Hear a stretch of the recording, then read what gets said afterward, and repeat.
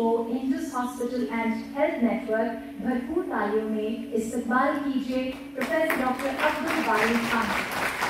صدری ویسر لی امری واحلل عقدۃ من لسانی یفقہوا قولی۔ زاہد صاحب کونسلر، میں اکیلا ہی چلا تھا جانب منزل، مگر لوگ ساتھ آتے گئے اور کارواں بنتا چلا گیا۔ میں اصل میں میرے ساتھیوں نے شکریہ ادا کیا، میں شکریہ ادا نہیں کرتا، اس لیے کہ میں سمجھتا ہوں کہ شکریہ ادا کرنے سے کہیں اللہ اجر کرنا چاہتا ہے۔ تو آپ لوگوں کو اللہ تعالیٰ اجر عظیم عطا فرمائے۔ آپ سب لوگ وہ چنے ہوئے لوگ ہیں جن کو اللہ نے یہاں پر بھیجا ہے اس نیک مقصد میں شامل ہونے کے لیے۔ ایک بات آپ نے اپنا مرض بتایا شاعری کا، میں ایک سرجن بھی ہوں، ڈاکٹر بھی ہوں، میرا کام مسیحائی ہے، لیکن آپ کے مرض کا میں سرجری کر سکتا ہوں، نہ میں اس کا کوئی علاج کر سکتا ہوں۔ ہاں، بحیثیت ڈاکٹر میں دعا ضرور کرتا ہوں کہ اللہ اس مرض کو اور بڑھائے۔ تو پرویز صاحب نے جس طریقے سے پوری ڈیٹیل دی، پاکستان میں ملک کے حالات آپ سب کو پتہ ہے، اور میری تعلق پشاور سے ایک دینی گھرانے سے، لیکن میں کراچی میں پیدا ہوا، وہی تعلیم و تربیت میری ہوئی ہے۔ میرے والد صاحب اللہ تعالیٰ ان کی درجات بلند کرے، اور جو آج میں ہوں اس پوزیشن میں میرے والدین کی تربیت اور ان کی دعاؤں کی وجہ سے۔ میرے والد صاحب انسان تھے، ان کی ایک عادت تھی کہ وہ دعا بآواز کرا کرتے تھے، اپنے بہن بھائی ان کے بچوں کے نام لے کر اور اپنے بچوں کے نام لے کر۔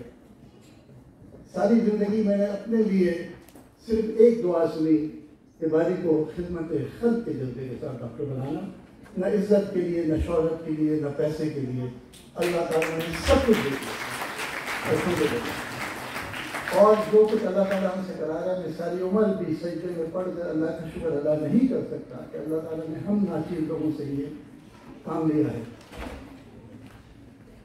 داؤ میڈیکل کالج جہاں سے میں نے تعلیم حاصل کی، اس کے ساتھ ایک attach public sector hospital, civil hospital, جہاں پر غریب ترین لوگ مریض آیا کرتے تھے جو پاکستان کے مختلف علاقوں سے، انٹیریئر آف پاکستان سے، دیہی علاقوں سے، اور ڈرگ ایڈکٹس ہوتے تھے، جو سول ہاسپٹل کے باہر لوگ سے بنایا، اور میری خوش قسمتی کہ مجھے اس کا پروجیکٹ ڈائریکٹر بنا۔ اس وقت تک 2005 میں ہم کو ایک جگہ مل گئی کورنگی کے اندر، جو کہ بہت ڈینسلی پاپولیٹڈ علاقہ ہے، اور انڈس ہاسپٹل 150 بیڈ سے اس کی بنیاد ڈالی۔ پیسے ویسے نہیں تھے، ایک طاقت تھی، وہ یہ تھی یقین کا، اللہ کے اوپر غیر متزلزل یقین یہاں سے۔ اور ہم نے ٹھیکیدار کو کام شروع کرا دیا کہ آپ کام شروع کرو، بل دے دیا کرنا تاکہ معاملے میں آسانی ہو۔ ایک دن میں ہاسپٹل سے نکلا تو میری جیب میں 10 لاکھ روپے کے بل تھے جو ٹھیکیدار کے مجھے پے کر رہے تھے، اور میرے ایک ڈونر تھے جو کہ تھائی لینڈ میں رہتے تھے، وہ آئے ہوئے تھے اور مجھے پچھلے کچھ سالوں سے ہیلپ کر رہے تھے۔ تو میں اسی کے پاس پہنچا اور میں نے کہا کہ ہم نے ایک ہسپتال بنانا ہے جو کوالٹی کیئر کرے اور فری آف کاسٹ کرے۔ تو وہ خوب ہنسے، کہنے ڈاکٹر صاحب ہاسپٹل شاید بن جائے لیکن فری چلے، کیسے چلے گا؟ میں نے کہا جی اللہ چلائے گا۔ وہ کہنے لگے ڈاکٹر صاحب ٹھیک ہے اللہ چلائے گا، لیکن جیسے انہوں نے کہا لیکن، میں نے کہا جب ہم کہتے ہیں اللہ چلائے گا، اگر مگر لیکن کی گنجائش نہیں میرے نزدیک، یہ شرک ہے۔ وہ تبلیغی آدمی سے کہتے ہیں ڈاکٹر صاحب ہم سب مسلمان ہیں، ہمارا ایمان ہے کہ اللہ کرے گا، لیکن اللہ نے آسمان سے تو نہیں بھیجے گا، کوئی ذریعہ ہوگا۔ میں نے بھی موقع کو مناسب سمجھا، میں نے کہا جی سر آپ دے دیں گے؟ کہنے لگے ڈاکٹر صاحب میں دے دوں اور میں مر گیا اور میرے بچے نہ دیں۔ میں نے اس سے کہا کہ جی آپ بحث کر رہے ہیں، اس کو کسی منطقی انجام پر پہنچاتے ہیں، یا مجھے آپ کنونس کریں یا میں آپ کو کنونس کروں۔ میں نے اس سے کہا کہ آپ سمجھتے ہیں کہ آپ کے بچے نہ کریں، میں سمجھتا ہوں آپ کے بچوں کے پاس 3 آپشن ہیں۔ نوئنگ یو، آپ نے ایسی تربیت تو کی ہوگی کہ وہ آپ کی سنت کو جاری رکھے۔ دوسرا، اللہ تعالیٰ ان کو 200 گنا 300 گنا زیادہ دے آپ سے۔ وہ 200 گنا 300 گنا زیادہ تھے. اور تیسرا آپشن اللہ تعالیٰ کسی کو دیں گے واپس کرنے جو آپ کا خدشہ ہے.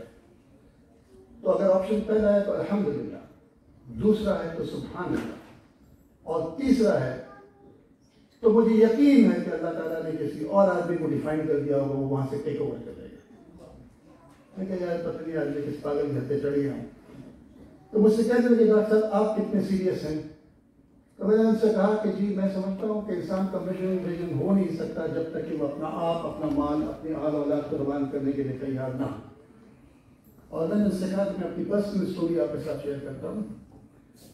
میں جیسے مڈل کلاس فیملی میں رہتا ہوں، اور جب سول ہاسپٹل میں کارڈیاک سرجری بن رہا تھا 1995-96 میں، تو میری شادی ہو چکی تھی. میری وائف پشاور سے ان کا تعلق ہے، وہی بڑی اور میرا بڑا بیٹا 1 سال کا تھا.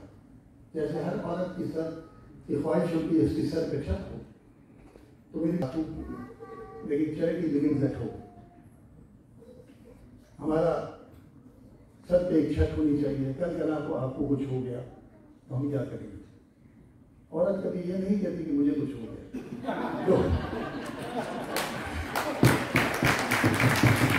لیکن میں آپ کی یقین سے کہوں کہ عورت کے جانے سے گھر تباہ ہوتا ہے، مرد کے جانے سے فرق ضرور پڑتا ہے لیکن اتنا نہیں پڑتا. تو یہ بات ہوا کرتی تھی. میں ان سے کہتا تھا کہ جی دیکھنا کروڑوں لوگ ایسے ہیں جو کہ فٹ پاتھ پہ سوتے ہیں، کروڑوں ایسے ہیں جو جھوپڑیوں میں رہتے ہیں، اور کروڑوں ایسے ہیں جو کہ کرائے کے گھر میں رہتے ہیں. ہماری قسمت میں ہوگا مل جائے گا. تو یہ وقتاً فوقتاً یہ ابال اٹھتا تھا، کوئی ڈسکشن ہوتا تھا، 1-2 دن خراب ہو جاتے تھے، پھر ٹھیک ہو جاتے تھے. 1-2-3 مہینے کے بعد میں جب کام سے گھر پہ آیا، جب وارڈ بن رہا تھا، تو میں نے دیکھا بیگم صاحب بڑی خوش ہیں، کھانا بھی بہت اچھا لگا. تو میں ان سے مذاق میں کہنے لگا کیا بات ہے کہ آج تم بہت خوش نظر آ رہی ہو، کیا امی کا فون آیا تھا پشاور سے؟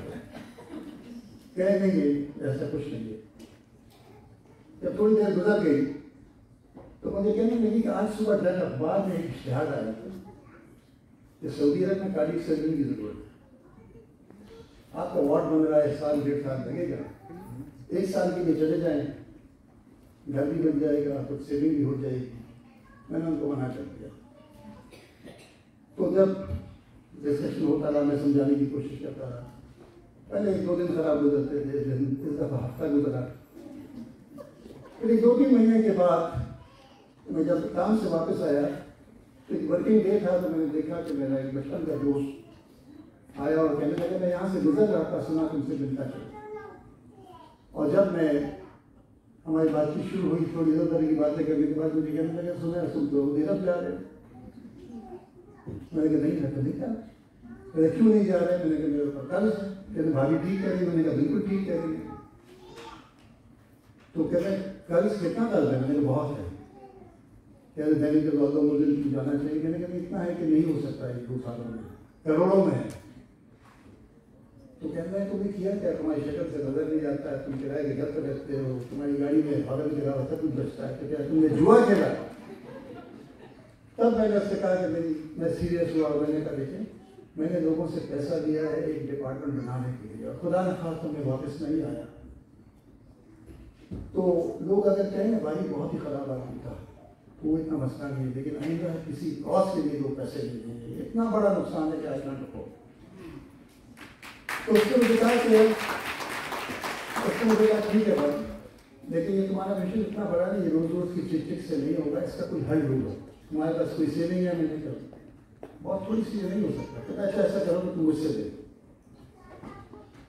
میں نے کہا میں قرض نہیں دیتا. کہ کیوں نہیں دیتا؟ میں نے کہا مجھے خوف آتا ہے کہ کل کے علاقوں میں مر گیا، 20 بچے کہیں زندگی میں کچھ دیا نہیں اور لائبریری چھوڑ کے چلا گیا. اس نے کہا میں لکھ کے دیتا ہوں کہ جب بھی تمہارے پاس ہو تم دے دینا، اور اگر تم مر گئے تو میرا کوئی دعویٰ نہیں ہوگا. میں نے منع کر دیا. وہ کھا کے چلا گیا. رات کو 20 کس نے آنی تھی، 2-2:30 بجے میں اٹھا اور میں نے وضو کیا، تہجد پڑھی اور 2 رکعت نماز پڑھی، اور اللہ سے دعا کی کہ صبح جب میں اٹھوں تو مجھے صحیح فیصلے کی توفیق دینا. دوسرے دن صبح میں پڑھا، میں نے 2 کام کیے. پہلے تو بردم کرا دیا. دوسرا کام میں نے یہ کیا کہ میں نے اپنی بیگم کو کہا کہ پوسٹ گریجویشن کرو اور فیملی میڈیسن کرو تاکہ اپنی طبیعت سے اپنی ٹائمنگ کے حساب سے پریکٹس کر سکو. اور اس سے پہلے وہ پرائیویٹ جاب کرا کرتی تھی کسی پرائیویٹ ہاسپٹل میں. ان دفعہ وہ سول ہاسپٹل میں جب گئی تو پہلی دفعہ انہیں احساس ہوا کہ میرا میاں بہت بڑا کام کر رہا ہے. کیونکہ سول ہسپتال کے اندر جب وہ لیبر روم میں گھسی تو وہاں بلیاں جو ہیں پلیسنٹا کھا رہی تھیں اور بلیاں بچوں کے پاؤں میں گھس رہی تھیں. اور الحمدللہ اس کے بعد سے وہ میرے ساتھ اتنی سال جڑی ہیں کہ مجھ سے زیادہ کام کرتی ہیں. اور ہمارا ایک دہلی کا ہاسپٹل ہے اس کی ایڈمنسٹریشن کو دیکھتی ہیں. اور میں کہتا ہوں کہ ابو جنت میں مجھے وہ لے کے گئے ہیں کیونکہ وہ بہت زیادہ کام کرتے ہیں. وہ کہتے ہیں کہ behind every successful man is a woman. تو میں اس کو یہ نہیں کہتا, میں کہتا ہوں beside a successful man is a successful woman. تو الحمدللہ جب یہ کہانی میری ختم ہوئی تو وہ مولانا صاحب مجھے کہنے لگے ٹھیک ہے ڈاکٹر صاحب 10 کروڑ روپئے. یہ 20 منٹ کا کنورسیشن تھا اور میں وہاں سے نکلا, میرے دوستوں کو فون کیا کہ انڈس بن گیا. وہاں سے مجھے جواب آیا کہ پہنچو تو صحیح نا, تمہارا ٹھیکیدار انتظار تھا. ہمارے 25 کروڑ روپئے لگے اور یہ شخص اکیلے نہیں تھے. 99.99% لوگ یہی کہا کرتے تھے کہ نہیں چل سکے گا, نہیں بن سکے گا. کسی نے 1 ماہ دیا, کسی نے 6 ماہ دیا, کسی نے سال دیا کہ آپ پیسے لینا شروع کریں گے. آج الحمدللہ 15 سال ہو گئے ہیں. جیسے پرویز نے بتایا ایک ہسپتال سے 14 ہسپتال اور اتنے ڈسٹرکٹ میں اور 5 لاکھ ماہانہ مریض استفادہ دے رہے ہیں. کسی ایک مریض کو بھی پیسے نہ ہونے کی وجہ سے واپس نہیں دے.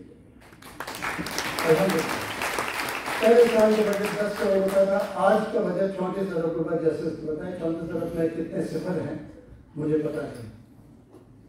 مجھے لوگ کہتے ہیں کہ ڈاکٹر صاحب آپ کو نیند کیسے آتی ہے؟ 10 کروڑ یہ 10,000 سے زیادہ آپ کے امپلائیز ہیں, اربوں روپئے کا آپ کا بجٹ ہے. تو میرا جواب ایک ہی ہوتا ہے کہ میری بیٹیوں کو مجھ سے صرف ایک شکایت ہے کہ میں بستر پہ لیٹنے سے پہلے سو چکا ہوں. اتنی سکون کی نیند آتی ہے کہ میرا پیسہ نہیں ہے, میرے نے کیا نہیں ہے. جس ذات نے کیا ہے اس کو نیند نہیں آتی, اس کے پاس صفر کی کوئی حد نہیں ہے. وہ صرف کہتا ہے کن فیکون اور ہو جاتا ہے. الحمدللہ. تو جس طریقے سے لوگوں کو مل رہا ہے, دعائیں مل رہی ہیں, آپ لوگوں کو دیکھ کے ایک احساس ہوتا ہے کہ الحمدللہ اتنی کہانیاں ہیں, اتنی نظروں کی کہانیاں ہیں کہ میں اگر شروع کروں تو میں سارا زندگی رات ساری گزر جائے گی, 2-3 دن گزر جائیں گے, نہیں ہو سکتا. لیکن میں نے بیسک چیزیں بتا دی آپ کو, یہ چیزیں ہیں. ایک اور چیز, جب میں پہلی دفعہ جب ہم آپریشن بجٹ کے لیے ایک صاحب کے پاس میں گیا اور پہلا سال کا میں 24 کروڑ کا بجٹ بنایا تھا جو کہ ہمیں 10 کروڑ ختم کر چکے. تو انہوں نے کہا کہ آپ کا بجٹ کتنا ہے؟ میں نے کہا 24 کروڑ روپئے. تو کہتے ہیں ڈالرز میں کتنا ہے؟ اس وقت 60 روپئے کا ڈالر تھا. میں نے کہا $4 بلین. تو انہوں نے کہا ٹھیک ہے ڈاکٹر صاحب $1 بلین. میں نے کہا اچھا, انہوں نے کہا $1 بلین. میں نے کہا یہ تو بڑا آسان ہے, 3 آدمی اور چاہیے, 4 بلین ہو جائیں گے. اور جب میں اٹھ رہا تھا تو انہوں نے کہا ڈاکٹر صاحب جب آپ any time if you are in a financial crunch, I am an email and a call away. I have yet to call him or sent an email. کیونکہ اتنا اللہ تعالیٰ نے اپنا کرم کیا ہوا ہے. تو الحمدللہ یہاں تک پہنچے ہیں. جو ہمارے خواب ہیں وہ ہو کے رہیں. یہ 1300 بیڈ کا, 1350 بیڈ کا اور ہر پروونشل ہیڈ کوارٹر میں ہاسپٹل بننا ہے, یہ بن کے رہے گا. اس میں مجھے ذرا بھی شائبہ نہیں ہے, جو پتہ نہیں ہے مجھے کہ ثواب کس کو ملنا ہے. پاکستانی قوم بہت عظیم قوم ہے, ایک ڈفرینٹ قوم ہے. یہ جب میں صبح جاتا ہوں, جس طریقے سے مریض وہاں پر دعائیں دے رہے ہوتے ہیں, وہ مجھے میری ٹیم میں دعا نہیں دے رہے ہوتے, وہ دعا دے رہے ہوتے سب کے کہ جس نے اس میں حصہ ڈالا ہے ان کے لیے, ان کے والدین کے لیے سب کا جاریہ بنا دیں. ایک مریض میرا جس کا میں نے آپریشن کیا تھا, وہ سب یہاں سے ایک نان بھائی تھا, افغانی تھا. اس کے بعد میں آپریشن کیا فالو اپ پہ دکھاتا رہا 1-2 سال، پھر اس کے بعد وہ غائب ہو گیا. 2-3 سال بعد جب وہ وہاں سے غائب ہو گیا، 2-3 سال بعد ایک دفعہ میں OPD میں تھا، مجھے جلدی اٹھنا پڑا ایک میٹنگ کے میں جانے کے لیے. وہاں دیر ہو گئی، واپسی میں OPD کنٹینیو نہیں کر سکا تھا. میرے دوست جونیئر نے دیکھ لیا ہوگا. جب میں گاڑی میں جا رہا تو میرے ڈرائیور نے کہا سر وہ آپ کا افغانی مریض آیا. مجھے بڑی تکلیف ہوئی ہے، میں نے اس کو مس کیا. اس نے کہا وہ ایک پوٹلی دے دیا. اس پوٹلی کے اندر تھوڑے سے بادام تھے، تھوڑے سے کاجو تھے، تھوڑی سی کشمش تھی، تھوڑی سی اخروٹ تھی. میں نے اس میں سے کچھ کھائے، میں نے اپنے ڈرائیور کو دیے. یقین مانے کہ اپنی زندگی میں اس سے زیادہ مزیدار میوہ میں نے نہیں کھایا. آج بھی جب میں بیان کرتا ہوں تو میرے منہ میں پانی آ گیا. اس کے بعد پھر وہ ایک پیغام بھی دے دیا. اس نے کہا ڈاکٹر صاحب کو کہنا کہ میری والدہ نے سلام کہا ہے، اور ڈاکٹر صاحب کو کہنا میری والدہ ہر نماز کے بعد 2 رکعت نفل ان کے لیے پڑھتی ہیں. ہماری نمازوں کی کوالٹی کا ہمیں پتہ ہے. ایک عورت جو ہزاروں میل دور رہتی ہے، جس نے میری شکل نہیں دیکھی، وہ ہر نماز کے بعد یہ حرکت کرتی ہے، 2 رکعت نفل پڑھتی ہے. میں اربوں کھربوں روپے کے لیے حاصل نہیں کر سکتا تھا. تو میں کہہ رہا تھا جیسے پاکستانی قوم ایک عظیم قوم ہے، اور چاہے کرائسس ہو. 2005 کا زلزلہ آپ کو یاد ہوگا کس طریقے سے اس قوم نے ریئیکٹ کیا. پروفیسر صاحب نے بتایا کہ جس طرح پاکستان کے باہر کے لوگوں نے ایکسپیکٹ پاکستانی نے بھی کیا، یا 2010-11 کا سیلاب ہو یا کووڈ ہو، جس طریقے سے دنیا نے مانا جس طریقے سے کیا. کہ آپ کی اس عزم میں ہم آپ کا ساتھ دیتے رہیں.